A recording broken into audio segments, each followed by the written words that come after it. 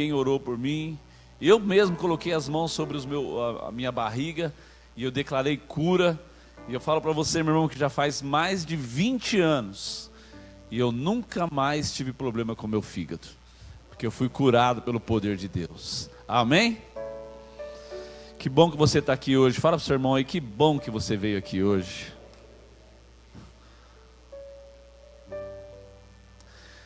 Você acredita, meu irmão, que você é uma pessoa capaz, capacitada?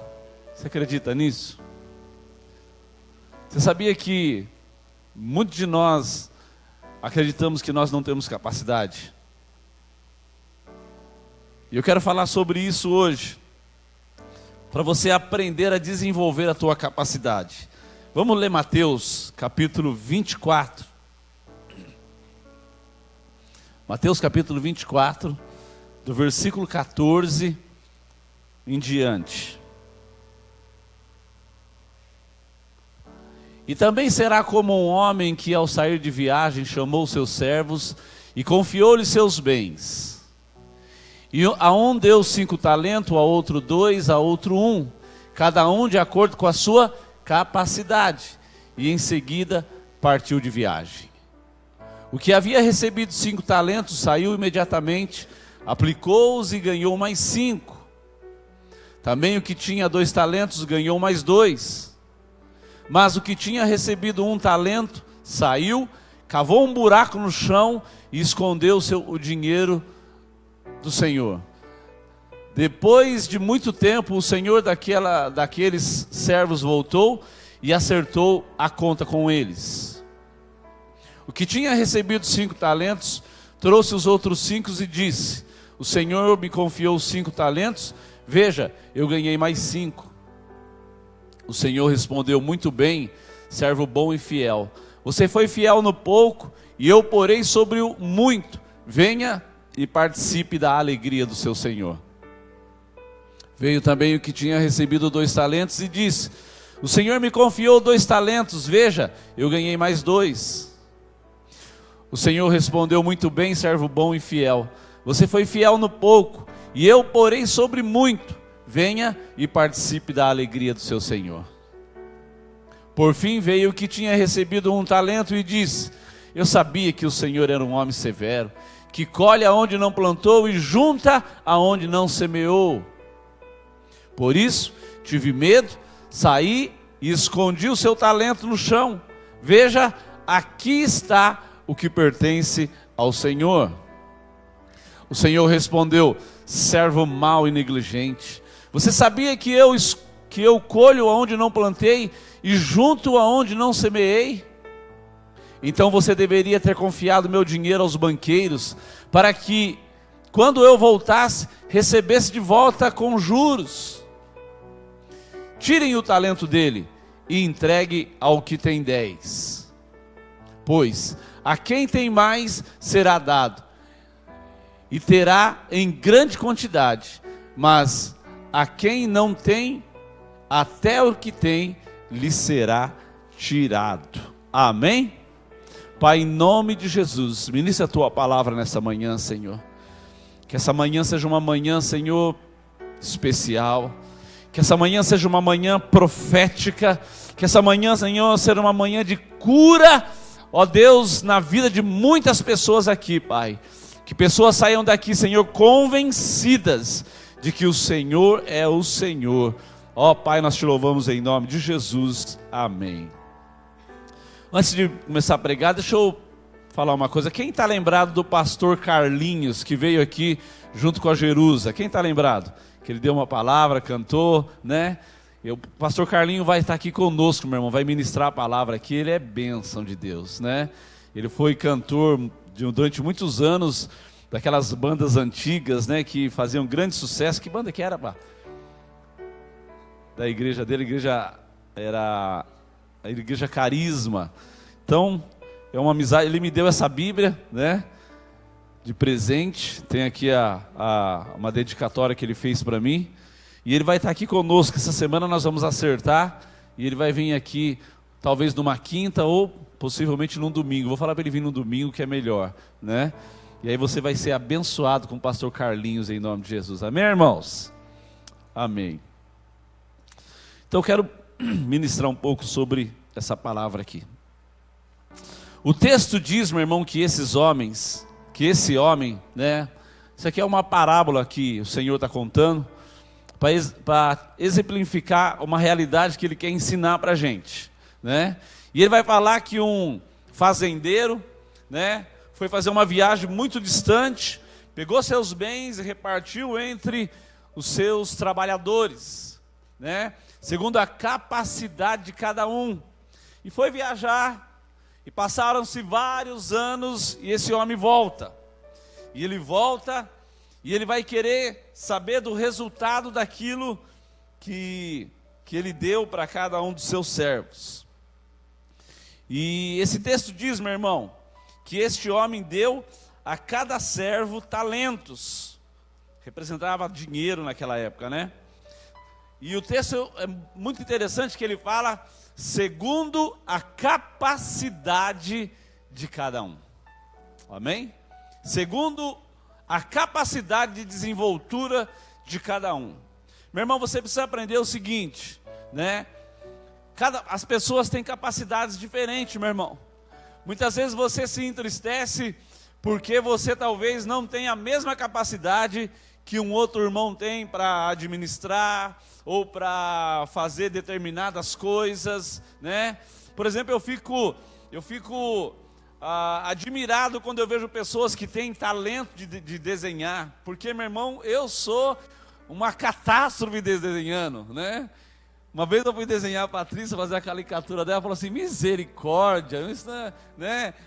Então, e você pega pessoas que com rabisco, ele transforma uma coisa em obra de arte. Então é uma capacidade que ele tem, meu irmão. E às vezes você nunca vai ter essa capacidade, mas com certeza você tem algum tipo de capacidade. Amém? Deus não iria te criar para você ser um inútil, para você não fazer nada, para você não conseguir fazer coisa alguma. E o texto vai dizer que foi dado segundo a capacidade de cada um. Então eles tinham níveis de capacidade diferentes. Eram eles que determinaram a quantidade de talento que eles iriam receber. Amém? Isso aqui é muito legal, porque às vezes a gente fica reclamando, Deus não me deu isso, Deus não me deu aquilo, e eu vou falar sobre isso um pouquinho mais para frente. É você que determina aquilo que você vai receber do Senhor. Amém? O texto relata, meu irmão, o que Jesus quer realizar em cada discípulo e do interesse que cada discípulo tem em receber aquilo que ele quer dar. Uma coisa é o Senhor querer dar algo a você. A outra coisa é você querer receber algo da parte do Senhor. Então são coisas bem diferentes, meu irmão, né? O Senhor, Ele quer abençoar a todos. A Bíblia diz isso, que o Senhor quer derramar sobre a vida de todos bênçãos sobre medidas. Mas a grande realidade é que muitos não querem receber isso. Muitos querem viver na mesmice, muitos querem viver no jeito que ele quer viver, administrar a vida dele. E aí ele vai ter grandes dificuldades de crescer. Versículo 14, coloca para mim o versículo 14, ô Eloá, desse capítulo. O primeiro versículo diz, e também será como um homem, ao sair de viagem, chamou seus servos e confiou-lhes os seus bens. Fala, meu irmão, que um homem entregou todos os seus bens a seus servos. Só pode dar aquele que por direito conquistou as coisas. Amém? Por que Deus pode te dar as coisas, meu irmão? Porque o Senhor conquistou todas as coisas por nós. A Bíblia fala que quando Jesus Cristo veio aqui, meu irmão, Ele conquistou coisas que nós havíamos perdido. Quando Deus cria o homem, estabelece o homem lá no jardim do Éden, Ele fala que Deus deu ao homem capacidade para crescer, para prosperar, para desenvolver, para multiplicar, para dominar tudo aquilo que Deus havia feito. Sabia disso? Sabia que hoje, meu irmão, nós não usamos nem 10% da nossa capacidade intelectual? Tem um filme chamado... esqueci o nome. Ele fala sobre isso, né? Ele fala sobre isso. Depois eu vou lembrar o nome e vou falar para vocês. Ele fala sobre um pesquisador que ele pesquisa sobre a capacidade que o cérebro tem, né? E nós não usamos, meu irmão. Por quê? Porque alguma coisa aconteceu no meio do caminho que nós perdemos essa capacidade de administrar as coisas que Deus colocou nas nossas mãos, perdemos a capacidade, meu irmão, de fazer as coisas funcionar da forma correta. Perdemos essa capacidade. E hoje o homem está numa situação tão terrível que ele não consegue administrar nem a própria vida dele, meu irmão, nem os próprios sentimentos dele. E esse algo que entrou no meio do caminho se chama pecado. A Bíblia diz que isso afastou o homem de Deus, e aí o homem começou a entrar numa decadência, né, moral, numa decadência espiritual e numa decadência física. Prova disso é que os homens daquela época viviam centenas de anos. Imagina, meu irmão, né? Matusalém viveu 900 e por 300 anos, ele era adolescente ainda. Você imagina, pastor, você viver 500 anos? Meu Deus do céu. Hein, pá? Imagina você aguentar eu 600 anos. Hã? Como seria? Ela fala, nem pensar nisso. Então, meu irmão, o homem foi criado para reinar. O diabo roubou essa posição, meu irmão, ao penetrar no homem. O homem foi criado para governar, para reinar, mas quando o diabo entra nele, ele perde a capacidade de reinar. Ele perde o domínio. E a Bíblia fala, meu irmão, que Jesus Cristo conquistou todas as nossas vitórias. Aleluia, amém? A Bíblia fala que Jesus Cristo derrotou o diabo. Eu não vou ler os textos, porque são muitos textos, mas eu vou citar. Hebreus capítulo 2, versículo 14, diz que Jesus Cristo derrotou o diabo. Amém? João capítulo 16, versículo 33, diz que Jesus Cristo venceu o mundo. João capítulo de... Pedro, 1 Pedro capítulo 2, versículo 24, diz que Jesus Cristo venceu as doenças, as enfermidades que nos limitam. João 16, 33, diz que ele venceu o mundo. Ele era, meu irmão, o detentor de todos os dons. Jesus Cristo tinha nele, na sua vida aqui, na terra como homem, todos os dons do Espírito Santo. Amém? Todos, todos. Quando ele diz, lhe entregou os seus bens. Quando esse texto diz que o Senhor entregou os seus bens, ele está dizendo isso. Ele está dizendo que transferiu para nós tudo aquilo que havia na vida dele. Isso que é uma pessoa que confia nos seus servos. Você consegue detectar, meu irmão, o tamanho da confiança que Deus tem em você, Rodolfo? O tamanho da confiança que Ele tem em você, em falar, eu entrego a você tudo aquilo que pertence a mim. Isso é confiar, meu irmão. Isso é saber que Ele vai poder dar a você e você não vai decepcioná-lo. Quando Jesus vem aqui, meu irmão, ele levanta 12 homens, cheio de falhas, cheio de problemas. E eu aprendi esses dias atrás, né? Porque a minha ideia é que quando Jesus chamou os discípulos, é que Jesus já chamou homens maduros, na sua faixa de 40, 50 anos, né? Pedro já estava lá, né? Com a sua bagagem de vida. Mas eu aprendi esses dias, estudando a palavra de Deus, que quando Jesus chama os discípulos, meu irmão, era tudo moleque. Eles tinham na faixa de mais ou menos 20 anos.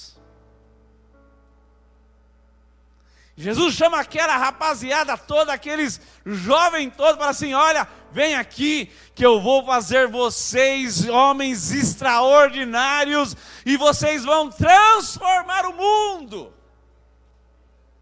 E Jesus começa a trabalhar com eles, meu irmão. E eles têm muitos problemas. Você pega Pedro, é um homem cheio de problema, nervoso, sanguíneo. Quando Jesus já entrou no Getsemane, ele já arrancou a espada e cortou a orelha de Malco. E Jesus vai tratar deles. E quando Jesus está no último dia lá da ceia, ele vai entregar para eles e fala assim: olha, eu vou colocar nas mãos de vocês aquilo que eu comecei a fazer aqui, e eu acredito que vocês vão terminar. Jesus acreditava na capacidade dos discípulos. Jesus acreditava neles. Versículo 15 diz: segundo a capacidade de cada um. Porque Jesus, meu irmão, dá quantidades diferentes de talento a cada um, sendo que a palavra de Deus diz que Deus não faz acepção de pessoas. Isso está em Atos 10, 34, e Tiago capítulo 2, versículo 9. Por que Ele dá segundo a capacidade de cada um? Esses jovens, meu irmão, eles representam 3 tipos de visão diferente e de comportamento diferente que há dentro da humanidade, especificamente dentro da igreja. Então, esses 3 jovens, eles estão exemplificando comportamento de pessoas. Como que as pessoas pensam? Como que as pessoas agem? Deus nos dá, meu irmão, aquilo que determinamos que queremos. Somos nós que abriremos ou fechamos. Somos nós que abrimos ou fechamos os céus em nossa vida e em nosso ministério. Sabia disso? É você que vai determinar o quanto que você vai receber de Deus. Não é Deus que vai determinar o quanto que Ele vai dar para você. A Bíblia diz que Deus repartiu o Espírito a cada um, já foi dado, meu irmão. Então Deus tem coisas extraordinárias para fazer na vida da gente. Coisas extraordinárias. Ou seja, quanto mais comunhão você tem, mais talento você vai receber. Quanto mais você se aproxima do Senhor, mais Ele te dá. Quanto mais você se aproxima da luz, meu irmão, mais você fica visível, mais o seu rosto fica claro. Quanto mais você se distancia da luz, menos as pessoas conseguirão te enxergar, menos você vai receber. Às vezes nós ficamos falando, Senhor, por que o Senhor usa fulano de tal dessa forma e não me usa assim? E Deus fala para a gente, meu irmão, ouse se aproximar de mim, e você vai ver se eu não vou começar a usar você de maneira extraordinária. Eu lembro, meu irmão, quando eu me converti, 17 anos, menino ainda, mas tinha sede de Deus, essa sede que o pastor falou no início aqui, né? Tinha sede de conhecer o Senhor, e eu li a palavra, meu irmão, Comprei uma Bíblia grande na época, né? E li a palavra e não entendia absolutamente nada. Nada. Mas continuava lendo. Porque a Bíblia ela tem duas direções. Ela tem o Logos e ela tem o Rema. Logos é a palavra escrita, falada. Quando você lê o Logos. Agora, quando algo se revela, quando aquilo se revela dentro de você, ele se torna Rema, se torna algo específico, algo que te muda, algo que causa impacto na tua vida, meu irmão. Até o dia que eu fui batizado no Espírito Santo de Deus, lá na casa do seu Jair, que já morreu há muitos anos. E a partir daquele dia, Deus começou a se revelar para mim. Deus começou a revelar a palavra. Deus começou a falar pessoalmente comigo. Deus começou a me colocar num nível de crescimento. Amém? E aí, meu irmão, foram bênçãos e bênçãos em cima de bênçãos. Então somos nós que determinamos, meu irmão. Somos nós que determinamos.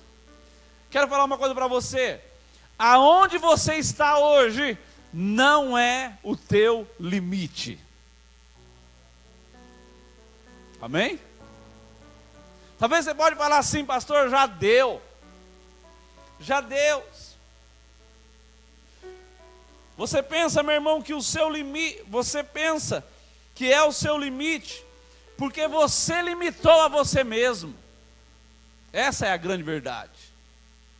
Você se autoconvenceu que você não passa da onde você está. Então você estabeleceu limites para você, irmão. Limites intelectuais. Quando eu me converti, meu irmão, eu tinha saído da escola. Minha mãe não conseguiu me deixar, fazer com que eu ficasse na escola, porque eu achava que eu era uma pessoa burra, que não ia aprender. 15 anos eu saí da escola, fiquei 2 anos longe da escola, até que Jesus entra no meu coração e fala para mim assim: olha, você estabeleceu um limite de miséria para você, você estabeleceu um limite de pequenez para você, um limite de complexo para você, mas a partir de hoje eu coloco você dentro de um outro limite, um limite sobrenatural. E a partir dali, meu irmão, eu voltei para a escola e Deus começou a trabalhar na minha mente, na minha cabeça. O que você está vivendo hoje não é o teu limite, meu irmão, entenda isso.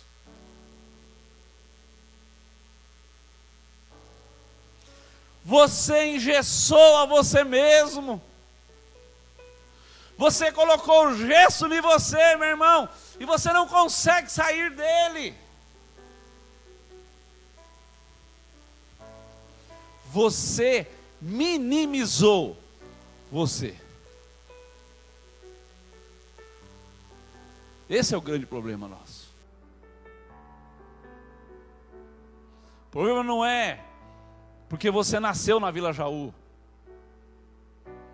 Alegre-se porque você nasceu na Vila Jaú, na Vila Soriana. O problema aqui não é porque seu pai é pobre. Ah, eu moro numa casinha pobre, numa ruinha torta. Não! O problema, meu irmão, se chama você. O problema se chama você. Eu quero te falar de uma visão que vence. Quem tem uma visão que vence aí? Olha, meu irmão, o que eu falo é o que eu vivo. Eu vivo isso que eu estou pregando. Eu já experimentei isso na minha vida, meu irmão. A visão dos dois primeiros.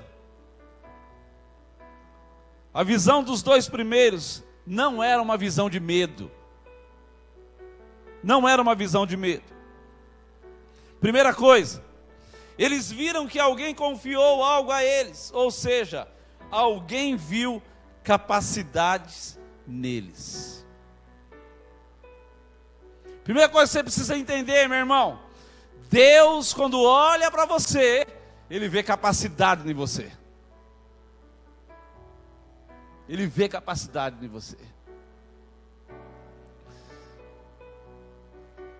Interessante que quando Pedro, ele nega Jesus por 3 vezes, e Jesus é preso, e Jesus está lá no pátio de Pilatos, sangrando, esmurrado,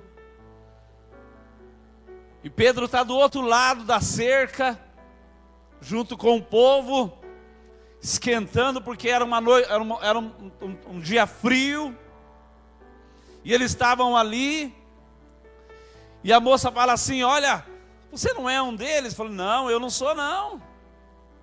A outra vez, ela: você se parece com ele? Não, não sou não. Ah, com certeza você é um deles. Não, eu não sou não. E a Bíblia, ela fala de coisas extraordinárias, detalhes extraordinários. E ele fala que quando ele fez isso, o galo cantou, que Jesus Cristo havia falado para ele. E quando ele olha, meu irmão, o que acontece? Jesus está olhando para ele. E aquele olhar de Jesus, meu irmão, sabe aquele olhar que não precisa de palavras? É um olhar que entra dentro de você e arrebenta você. Jesus está lá, talvez caído no chão, sangrando, e ele olha bem dentro do olho de Pedro e fala assim: você falhou, mas eu continuo acreditando em você. Aquele olhar de Jesus curou Pedro. Então você precisa entender uma coisa: Deus confia em você. Você precisa se convencer disso, meu irmão.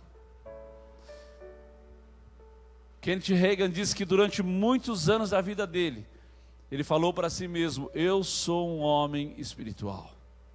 Até que isso entrasse dentro dele. Muitos de nós a gente vem de lar, meu irmão, onde a nossa identidade foi destruída. Muitos de nós vêm de lares onde a única coisa que nós sabíamos ouvir era não, não tenho, não posso, surra, maus tratos, palavrões, bebedice, droga, e isso arrebentou a nossa identidade. E quando você vem para o reino, você precisa reconstruir a tua identidade. Você precisa reconstruir a tua identidade de filho. Você precisa reconstruir o teu relacionamento com Deus como pai. Então, Deus confiou nele. A primeira visão desses 2 homens, eles viam que alguém confiou algo a eles. Segunda coisa, eles se viram com capacidade, mesmo que em proporções diferentes, em realizar aquilo que lhe foi confiado. Então, primeira coisa, você precisa entender que Deus vê você uma pessoa capaz. Segunda coisa, você precisa se ver com capacidade. Acende liga aquele ventilador lá, Gabriel. Liga no primeiro para não ficar muito forte, que deve estar calor aí, não está não? Eu estou sentindo calor aqui, meu irmão. Não sei se é calor do espírito ou é calor daqui da mesa. Então você precisa se ver como uma pessoa capaz, meu irmão. Quantas vezes eu olhava para mim, meu irmão, falava assim: eu acho que eu não vou dar certo. Eu acho que eu sou a ovelha negra da família. Quem já pensou assim? Já pensou assim, lá no seu íntimo? Eu sou a ovelha negra da minha casa. Todo mundo vai prosperar, menos eu. Então você precisa mudar essa mente. A Bíblia diz o quê? Transformai o mundo pela renovação da vossa mente. Então, meu irmão, você precisa entender isso. Você precisa entender isso. Você precisa se ver como uma pessoa capaz. As escamas que estão em nossos olhos, meu irmão, elas precisam cair em nome de Jesus. As escamas que estão nos nossos olhos, que não nos deixa ver as coisas espirituais, que não nos deixa ver a grandeza de Deus, que não nos deixa ver como Deus nos olha, que não nos deixa ver a nós mesmos, elas precisam cair em nome de Jesus Cristo. Cair, meu irmão, cair em nome de Jesus Cristo.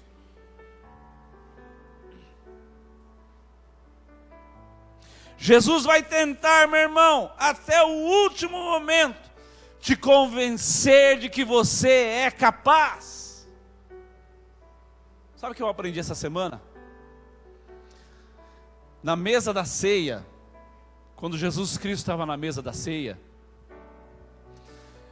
para nós brasileiros não temos muito essas coisas, meu irmão, mas a mesa tinha uma representatividade. Os mais próximos sentavam ali perto da cabeceira onde o chefe sentava. Então Jesus estava sentado talvez na cabeceira. Os que estavam do lado dele ali, meu irmão, eram os mais, aqueles que Jesus acreditava neles. Para tua surpresa, sabe quem estava ali do lado dele? Judas Iscariotes. Pastor, como que você pode afirmar isso? Porque Jesus falou assim: aquele a quem eu der um pedaço de pão molhado, esse é o que vai me trair. Jesus não levanta da mesa, ele molha e ele estica a mão. O que você quer dizer com isso? Que até o último momento Jesus lutou pela vida de Judas. Até o último momento, Jesus queria que ele não fizesse aquilo. Eu quero dizer para você, meu irmão, que até o último momento, o Senhor vai lutar para que você entenda que Ele te ama e que Ele vê em você uma pessoa capacitada. Até o último momento. Até se você talvez estiver lá no leito de morte, meu irmão, Ele vai falar assim: olha, ainda há chance de você se ver de uma maneira diferente. Amém? Satanás trabalha, meu irmão, para roubar a nossa confiança. Ele trabalha para roubar a nossa capacidade. Ele vai usar, meu irmão, pais, amigos, palavras, situações, para te convencer de que você é um projeto falido. Satanás vai usar de todas as maneiras para convencer você que você é um projeto falido, que você não tem sucesso, que você não vai dar certo, que tudo que você fizer vai dar errado. E ele tem convencido milhares de pessoas, meu irmão, a pensar dessa forma. Milhares de pessoas. É só você ver o mundo hoje, você vê como que estão os relacionamentos, como que está os nossos jovens, como que está todas as coisas. Estamos vivendo uma época de crise, de decadência, meu irmão. Pessoas caindo cada vez mais, pessoas se matando, pessoas, você conversa 5 minutos com uma pessoa e você já consegue ver o nível de decadência dela, o nível de frustração dela, o nível de depressão dela, o nível de falência dela, meu irmão. Nós estamos vivendo isso. Satanás trabalha 24 horas para convencer que você não é ninguém.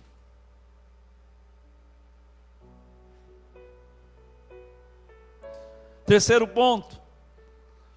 O texto diz que eles agiram com rapidez. Quando eles receberam o talento, aqueles dois jovens, eles já saíram e agiram com rapidez para multiplicar aquilo que o Senhor deu para eles. Quando nós demoramos para agir, meu irmão, Satanás age roubando a motivação do nosso coração. Sabia disso? Quando nós procrastinamos as nossas decisões, nós perdemos a semente dentro de nós. Às vezes você está aqui na igreja, Deus vem e libera uma palavra como essa sobre o teu coração, ou me libera uma outro tipo de palavra, ou você encontra alguém que te dá um tipo de conselho, olha, faça isso que vai dar certo. Mas você fala assim, não, deixa isso para lá, semana que vem eu faço isso.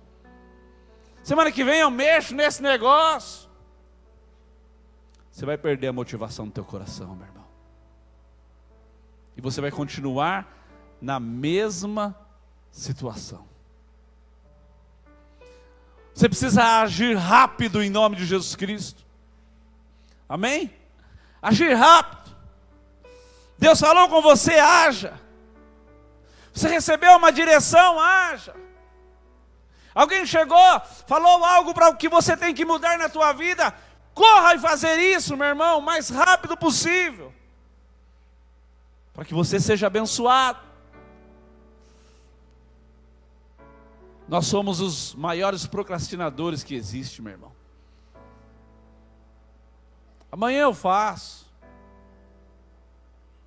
depois eu faço, outro dia eu faço com isso, outro dia eu mexo nisso. E esse outro dia nunca chega.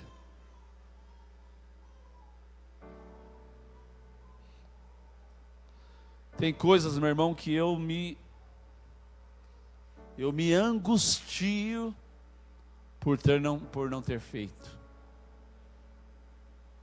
Porque depois você olha para trás e fala assim, puxa vida, olha o prejuízo que eu provoquei na minha vida. Você sabia, meu irmão, que muitas coisas que você e eu estamos vivendo, a culpa é de você mesmo? Porque nós não fazemos o que é para ser feito. E aí vem as consequências. Dentro da casa, vem as consequências nas nossas finanças, vem as consequências nas nossas emoções. E aí, meu irmão, é um Deus nos acuda. Aí você vai correr atrás do prejuízo. E correr atrás do prejuízo, meu irmão, é muito mais dolorido e custoso do que você tomar uma decisão antes. Quarto ponto.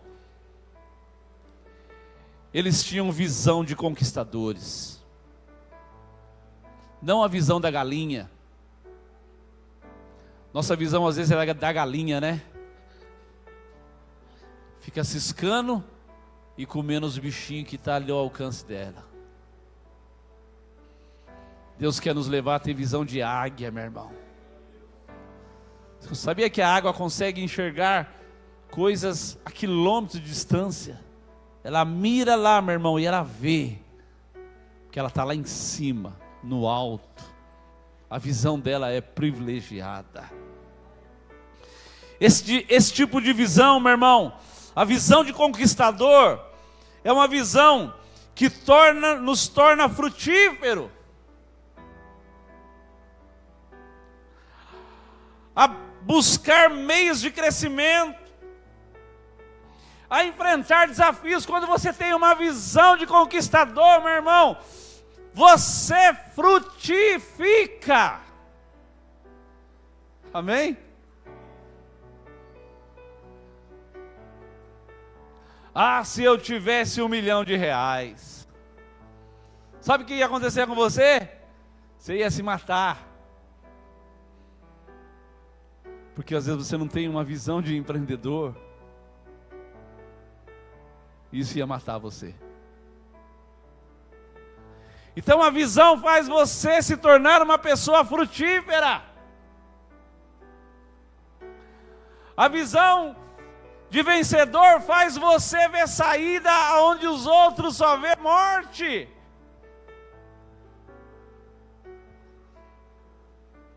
Por que que algumas pessoas vão além, meu irmão? A história do sapato lá, né? O cara abriu uma fábrica de sapato, mandou 2 caras para a África para vender sapato para ele. Primeiro volta e fala assim: olha, esquece, fecha a fábrica, porque lá ninguém usa sapato. Os negão lá é tudo com o pezão no chão, meu irmão. Lá o negócio não vai prosperar. Manda o segundo. O segundo volta e fala: patrão, nós estamos feitos. Pode abrir umas 10 empresas, porque lá ninguém usa sapato. Nós vamos vender sapato para todo mundo lá. É a visão, meu irmão. Como você vê as coisas. Então a visão faz de você frutífero. A visão faz você buscar e criar meios de crescimento. Todo mundo só vê desgraça. Aí você olha e fala: não, não é desgraça não. Tem uma saída aí nesse meio aí.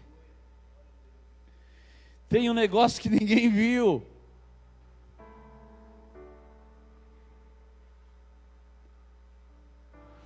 A visão de vencedor, meu irmão, faz você enfrentar desafios. Se você é uma pessoa que desiste muito fácil, meu irmão, sinto lhe dizer, você não tem uma visão de vencedor. Se você é uma pessoa que desiste no primeiro problema que acontece, já chuta o pau da barraca, você tem que persistir, cavar o poço, até você encontrar água nele.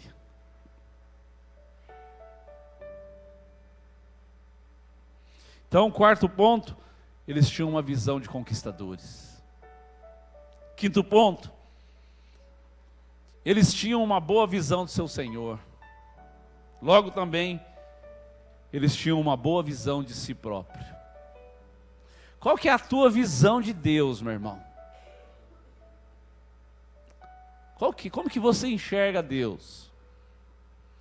Você enxerga Deus como um velho rabugento, que está lá no céu sentado num trono com uma barbona branca, com os cabelão branco, com um pedaço de pau na mão, esperando você errar, para te catar? Ou a tua visão é de um Deus bom, maravilhoso, perfeito, que te ama, que te liberta, que te cura, que te salva, e que bate no teu ombro e fala: estamos juntos, aonde você for eu irei, nunca te abandonarei, jamais te deixarei, aonde você colocar a planta dos teus pés, ali vai ser terra santa, aonde você colocar as tuas mãos, você vai prosperar. Se você tem essa visão, você vai romper barreiras, meu irmão. Você vai voar longe. Aleluia. Oh, Deus grande. Agora, se você tiver uma visão limitada de Deus, você vai ter uma visão limitada de você. Essa é a visão certa que Deus quer implantar em você nessa manhã. Deus quer que você saia daqui, meu irmão, com uma nova mentalidade. Deus quer que você saia daqui com a tua mente pensando nisso, pensando nessa realidade. Você tem que deixar que isso ocupe a tua mente. A Bíblia fala: tudo que é bom, tudo que é agradável, se há algum louvor, olha, tudo isso Pensai nisso, medite nisso. Meu irmão, saia daqui ruminando isso, meu irmão. Ruminando, mastigando isso, pensando, repensando, pensando de novo, até que isso desça para o teu coração. Mas também tem a visão errada. E qual que é a visão errada? Versículo 24, coloca aí, Eloá. Por fim, veio o que tinha recebido um talento e disse: eu sabia que o Senhor era severo, que colhe onde não plantou e que junta aonde não semeou. Sabe o que é isso? É uma visão terrena. Pessoas que vivem com a sua mente na terra. Se a sua visão, meu irmão, estiver aqui somente, esqueça. A Bíblia diz que nós somos forasteiros, que nós somos, nós não somos desse lugar, nós somos ET, meu irmão. Nós somos de outro lugar, nós estamos aqui de passagem. Ah, pastor, quer dizer que eu não posso ter nada? Não, você pode ter. Você tem que estudar, fazer uma faculdade, você tem que construir sua casa, você tem que se envolver nos seus negócios, você tem que ganhar dinheiro, mas isso não pode ser a prioridade do teu coração. Esse dia eu estava vendo uma reportagem daquele um jogador africano, se eu não me engano é Eto'o, eu não sei qual que é um deles lá. Ele ganha milhões por ano. Ele aplica tudo que ele ganha no país dele. Constrói hospitais, constrói escolas. Amém? O Neymar construiu alguma coisa para você, meu irmão? Hã? Faz lá um instituto lá para dizer que... Então, se a tua mente não tiver na terra, esqueça. Seu Senhor via a capacidade nele, mas ele próprio não se achava capaz. O Senhor viu tanta capacidade nele, mesmo que limitada, mas deu a ele pelo menos um talento. Só que ele não conseguia se ver assim. Ele tinha uma visão errada do seu Senhor.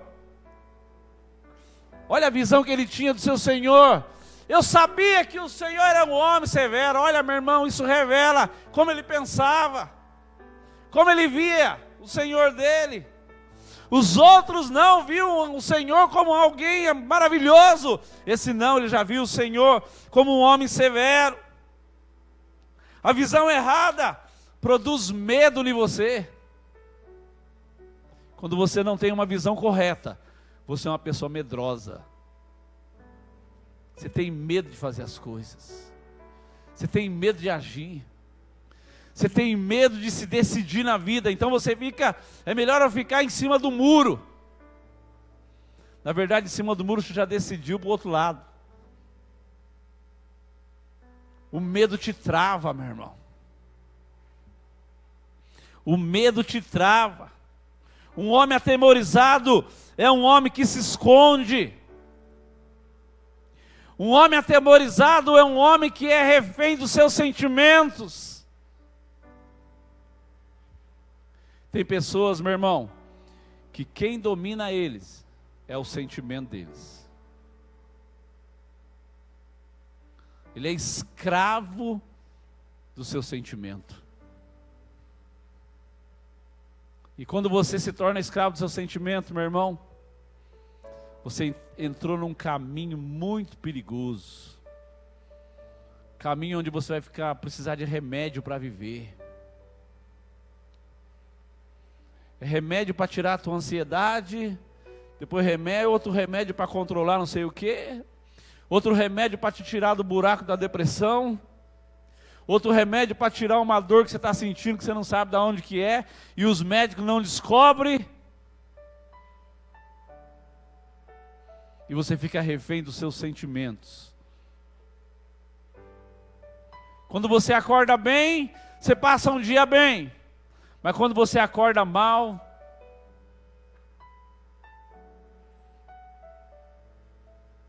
você não pode ser refém dos seus sentimentos. Você tem que ser refém da palavra. Viver o que a palavra diz que você tem que viver. Tirar os teus olhos do teu sentimento. Amém? Tem alguém aqui que é refém do seu sentimento? Levanta a mão, não.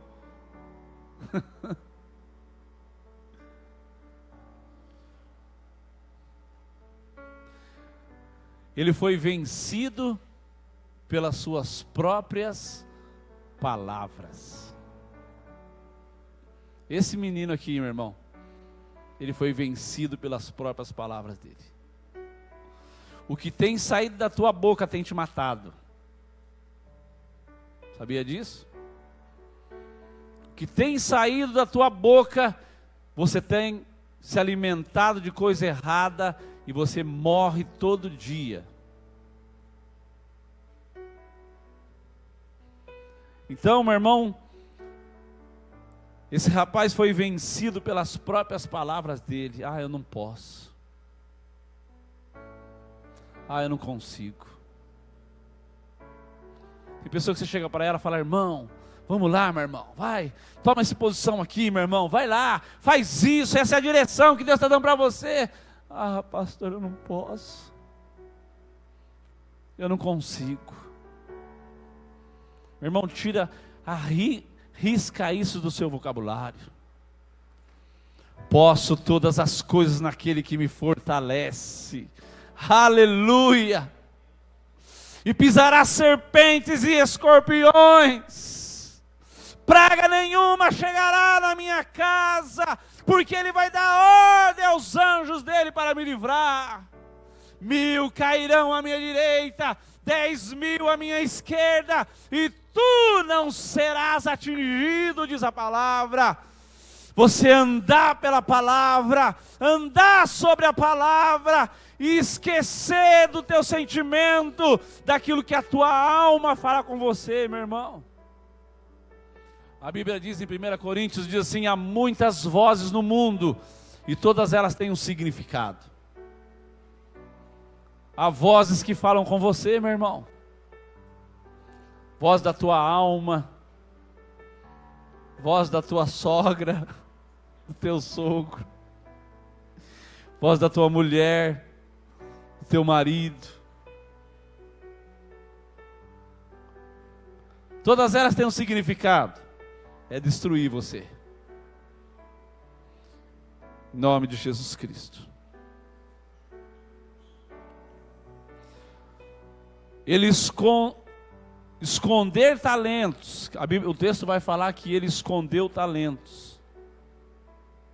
Tive medo, por isso escondi aquilo que o Senhor me deu. Deixa eu falar uma coisa para você. Esconder talentos é desprezar a confiança que Deus tem depositado em você. Isso aqui é sério, meu irmão. Qual que é o teu talento? Às vezes você tem talento, meu irmão, e pessoas não são abençoadas porque você esconde o teu talento. Quantas pessoas você podia abençoar por causa do teu talento?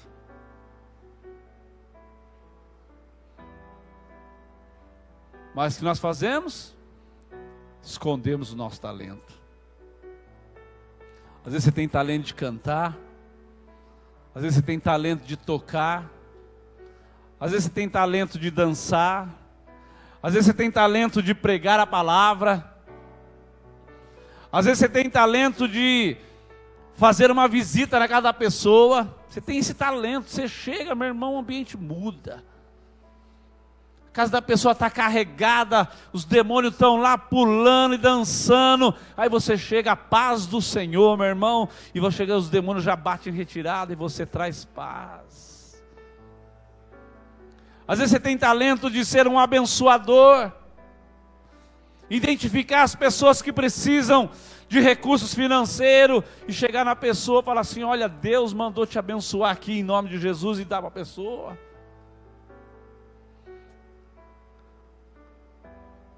Às vezes você tem muitos talentos, meu irmão, mas você não usa, você enterra eles. É egoísta. Quer viver para si próprio. Enterra o seu talento. E pessoas não são abençoadas por causa disso. Quanto que a igreja, meu irmão, não cresce porque irmãos enterram o seu talento. Enterram.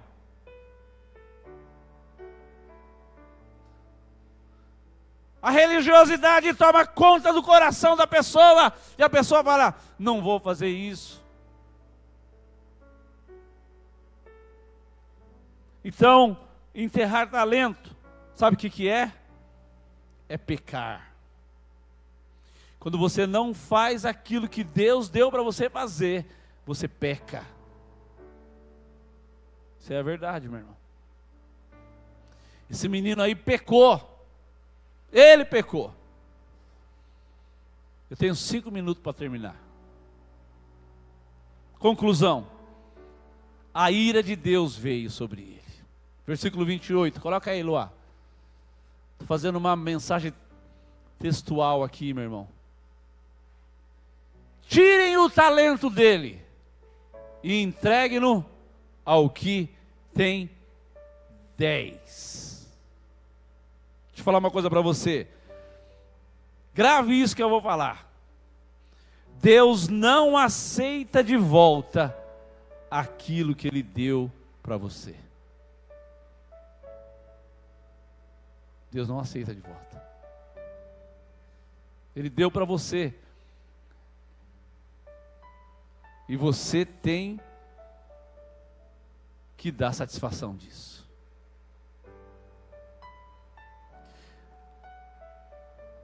Agora eu quero terminar falando dessas coisas que Deus ministrou no meu coração. Homens que receberam. Deus deu a José sonhos e ele lhe devolveu um reino e um lugar para o seu povo no Egito. Deus pegou um menino de 17 anos e falou: sonha. E ele viu a lua e o sol, as estrelas se curvando. Ele viu os feixes de trigo se curvando. Deus deu a ele sonho, colocou no coração dele sonho. E aquele menino, no final da vida dele, ele devolve para Deus um reino, um lugar onde o povo dele foi abençoado. Deus deu a Moisés uma missão, e ele devolveu o quê? Uma multidão que o seguia no deserto, em busca da terra prometida. Deus chegou a Moisés e falou: Moisés, Gênesis capítulo 12, farei de ti uma grande nação, te darei uma grande descendência, farei de ti. E ele sai ali, meu irmão, do lugar arrancado do rio, criado na casa de Faraó, e aquele menino sai dali, meu irmão. Deus dá a ele uma visão, uma missão lá quando a sarça está queimando. Deus dá a ele uma missão quando a sarça está queimando. E ali, meu irmão, anos depois,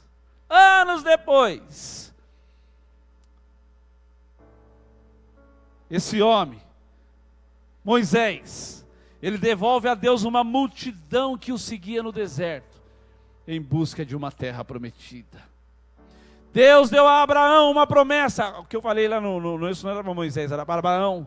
Deus deu a Abraão uma promessa: farei de ti uma grande nação. Aleluia! E ele devolveu, meu irmão, a Deus uma fé inabalável, que trouxe à existência a Isaque e a uma nação como estrela dos céus. Quando ele sai de Ur dos Caldeus, meu irmão, ele sai ali sozinho com o seu sobrinho, e Deus dá uma promessa para ele: farei de ti uma grande nação, farei de ti uma grande nação. E ele no final da vida dele, meu irmão, é chamado pai da fé. Deus deu a Josué uma palavra.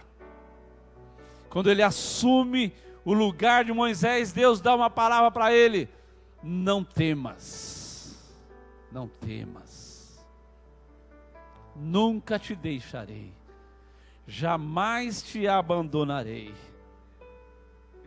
E ele se tornou um dos maiores juízes que Israel já teve enquanto viveu.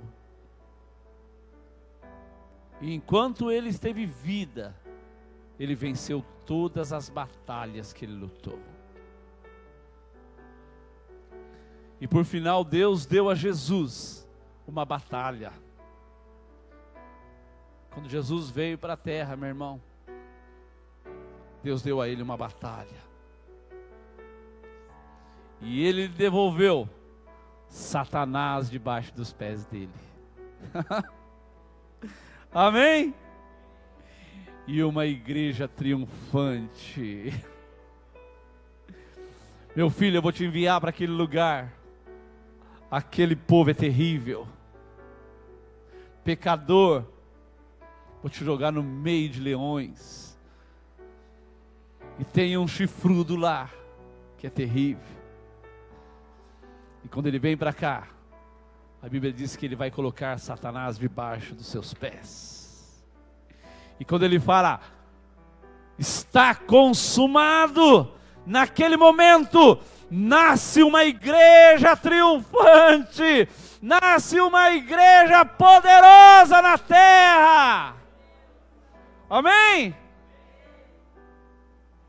Esses e tantos outros não devolveram a Deus aquilo que eles lhe deu tão somente. Esses homens não devolveram a Deus o que Deus deu para eles. Não podemos chegar, meu irmão, ao final da nossa vida, ou do nosso ministério, e entregar aquilo que recebemos há 10, 20, 30 anos atrás. Ele nos confiou algo, porque viu em nós capacidade para realizarmos. Amém? Como que você vai chegar no final da tua vida, meu irmão? Você vai devolver apenas aquilo que Deus deu para você? Ou você vai devolver ao Senhor muito mais? Deus quer que você chegue lá na glória, meu irmão, e você bate lá na porta lá, e o Senhor está lá, ou o Pedrão, ou não sei quem estiver lá na porta lá. E aí, meu filho, como é que foi a jornada? Senhor, foi uma aventura. Mas olha aqui, os meus frutos, Senhor. Olha as almas que eu ganhei para o Senhor. Olha, Senhor, tudo isso foi porque o Senhor confiou em mim.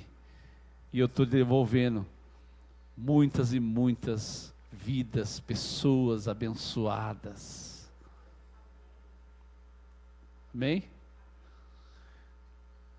O que vão escrever na lápide da tua sepultura? O que vão escrever lá? Aqui jaz um sem vergonha, pilantra,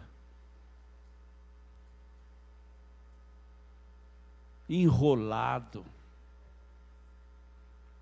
um pai terrível, uma mãe horrível,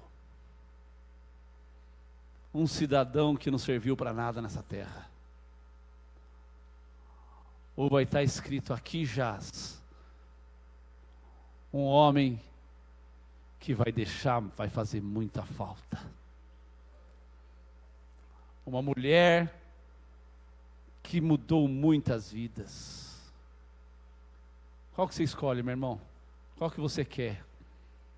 O que vão escrever na tua lápide? Em nome de Jesus. Feche teus olhos em nome de Jesus nessa manhã.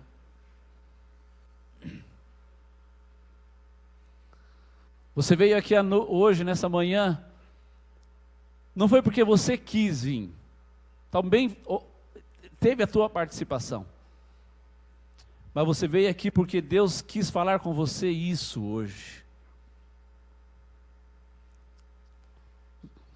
Você veio aqui porque Deus confia em você. Em nome de Jesus, meu irmão.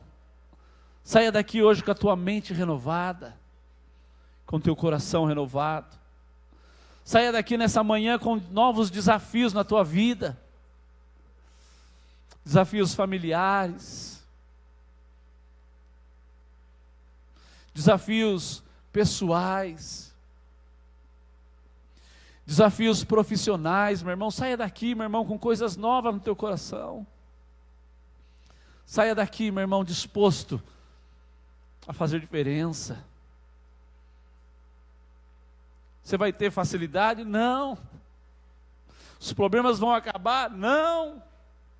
As lutas vão cessar? Não. O choro vai parar? Não. Mas aí dentro de você há um guerreiro, aí dentro de você há um homem e uma mulher posicionados. Posicionados, meu irmão. Quando você está posicionado, ninguém te derruba. Em nome de Jesus Cristo. Obrigado, Senhor, por essa manhã. Obrigado, Senhor, por essa palavra que o Senhor ministrou ao nosso coração. Pai, em nome de Jesus, ajuda-nos, ó Deus. Ajuda-nos a viver essa vida, Senhor, é um desafio, Senhor. Porque muitas vezes nossos dias são difíceis, Pai. Muitas vezes a luta é muito grande, Senhor. Muitas vezes, ó Deus, as decepções com as pessoas é horrível. Mas nós queremos olhar para Ti, Senhor, ter uma boa visão do Senhor. Oh, Pai, nós Te adoramos. Quero abençoar cada pessoa que esteve aqui nessa manhã. Que essa palavra, Senhor, produza vida no coração de cada um. Obrigado, Senhor, por tudo. Nós Te adoramos em nome de Jesus. Amém. Amém, meu irmão? Quinta-feira nós temos culto. Espero que você tenha sido abençoado hoje. Eu não sei você, mas eu que preguei, fui muito abençoado. Saí daqui comovido e quebrantado pelo Espírito Santo de Deus. Vamos ficar de pé em nome de Jesus, amém?